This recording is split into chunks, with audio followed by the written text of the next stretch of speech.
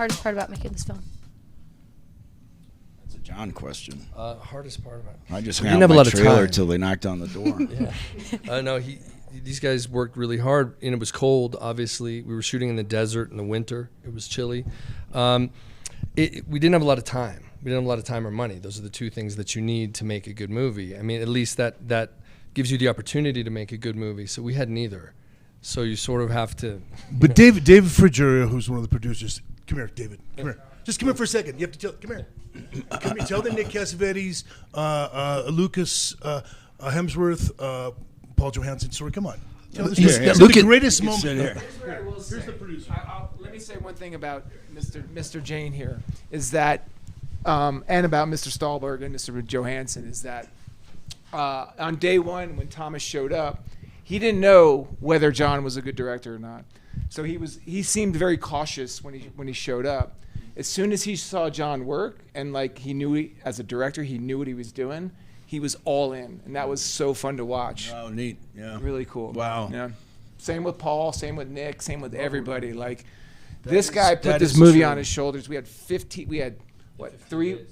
weeks of prep to close financing, to prep the movie. And for a $30 million budget, it looks well, amazing. I did take a private jet here, Really pulled it off. But yeah, I mean. Well, how do you go about winning them over then? I mean, I feel like you just have to make the right choice. So it's like if someone says, like I remember working with Thomas, and there was this sort of, and I didn't know Thomas. We spoke and about the project and whatnot and the character. When you get there, there's this sort of moment of like it's time to make a choice. And are you going to bullshit someone? Sorry, I'm funding future filmmakers. Yeah. I just want to fund future filmmakers. No, you're being supportive. Yes. There's this moment where you can either try to bullshit your way through the thing because you have it planned a certain way, or you can go with the right idea. And when a performer has the right idea, you have to audible at the line of scrimmage and throw away the plan for the better idea. Mm-hmm. Even if that's more dangerous or nerve-wracking, you have to do it. And if you don't do it, then you're going to bullshit the actor, and they're going to lose respect for you because actors, more than anybody else, can tell when you're lying. So you can't, and I'm not an actor. With the cast we had, I mean, the experience on the cast we had is ridiculous. Yeah, like hundreds of years of experience, not to say his age, which is 75. I'm getting up there.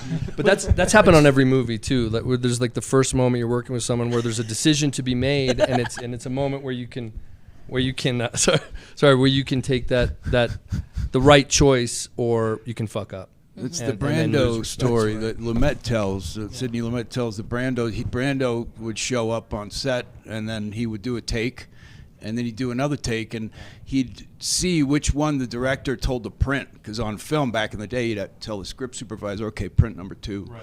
Right? Because you can't print them all. Mm-hmm. And if Brando would phone in the first one, mm-hmm. and in the second one, he would do his work. Juice, yeah. And if the director picked the first one, he would phoned in the whole movie. Well, he would direct himself, which is what you don't want to do. Yeah, and there was this thing where I heard that story. Lumet said he was like, he's pissed at him. He's like, you can't phone in a fucking film like that. But actors understand that it's almost like self-protection, Right. It's like because your gold is going to end up on a floor anyway. Right. So he's saving his gold. He's like, no, man, I'm not going to just throw my shit on the floor and you're Totally. going to leave half of it. Totally. Well, you want to know that you're on a team where the team is like all playing the same level and the same vibe.